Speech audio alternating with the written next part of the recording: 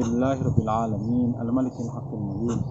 Asyhadu an la ilaha illallah wa anna Muhammadan abduhu wa rasuluh. Allahumma fashalli wa sallim wa barik ala nabiyyina Muhammad wa ala alihi wa sahbihi ajma'in, amma ba'd. Pemirsa dan kaum muslimin dimanapun kita semua berada, salah satu yang dicontohkan oleh baginda Nabi dan para sahabatnya adalah bagaimana mereka berlomba-lomba untuk bersedekah, secara khusus mewakafkan hartanya di jalan Allah Subhanahu wa taala. Ketika Rasulullah SAW tiba di Madinah, kemudian Rasul menetapkan bangun masjid, Rasul melepas ontanya karena demikianlah petunjuk dari Allah SWT. Kemudian akhirnya onta itu duduk di salah satu tempat, dan ternyata tempat itu adalah tanahnya Bani Najjar. Rasulullah SAW berkata kepada mereka, yang artinya, berikan harga kepada kami tanah ini. Kata Bani Najjar mereka, la nabi'uka illa ilallah, kita tidak menjual kecuali kepada Allah Subhanahu wa taala. Pemirsa yang dirahmati, kalimat ini menarik. Kami tidak menjual kecuali kepada Allah. Maka setelah itu Rasul putuskan membabat korma, kemudian membangun di atasnya masjid.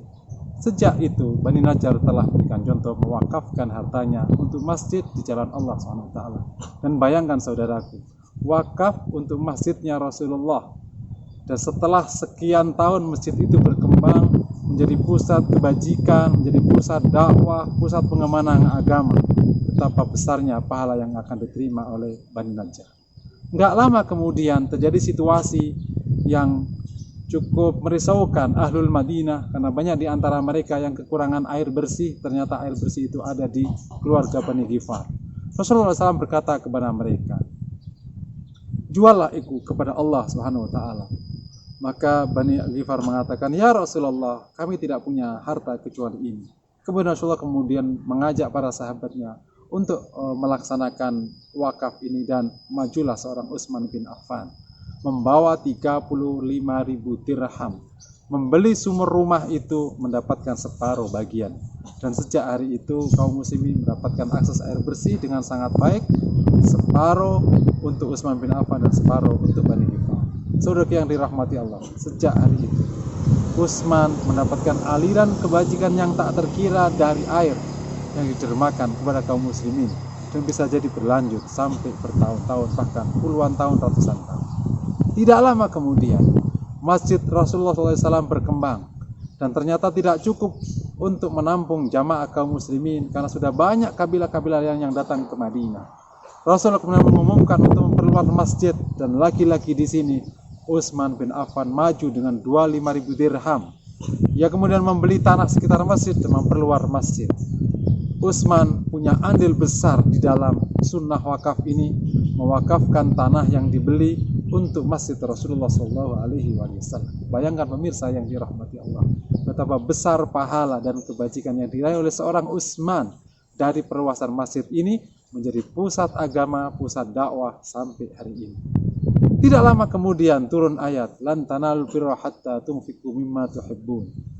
Tidak akan kau mendapatkan kebajikan sampai kau infakkan, kau dermakan apa yang kau cintai. Abu Talhah datang ke Rasulullah, ya Rasulullah, ini adalah harta yang paling aku cintai adalah tanah ini, kebun ini, disebut dengan Bayruha. Apa yang kau nasihatkan kepada kami? Demikianlah kira-kira kisah simpelnya. Kemudian Rasul mengatakan, aku telah dengar yang kau katakan, menurutku kau wakafkan, kau dermakan kepada keluarga. Maka tanah itu akhirnya diwakafkan, dermakan kepada keluarganya, sehingga nanti melahirkan wakaf untuk keluarga.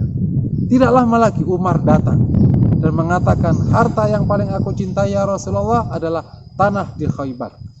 Maka apa yang pendapatmu tentang harta saya? Kata Rasulullah, tetapkan pokoknya dan dermakanlah hasilnya.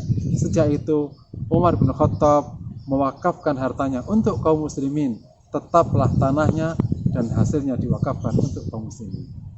Pemirsa yang dirahmati Allah, kisah-kisah kecil ini menginspirasi kita.